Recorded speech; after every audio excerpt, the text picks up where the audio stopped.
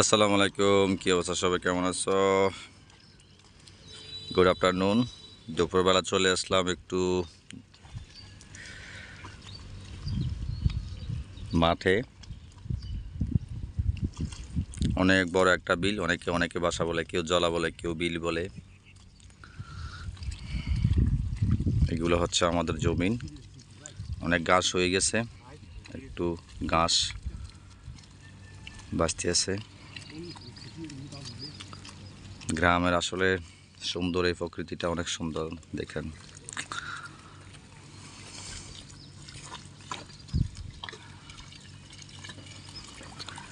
এটা হচ্ছে আমাদের কুমিল্লায়।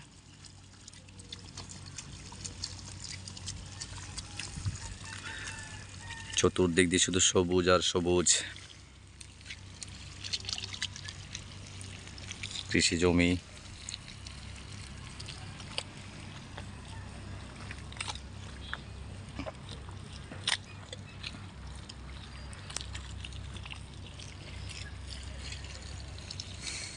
সব কিছু মিলিয়ে অসাধারণ।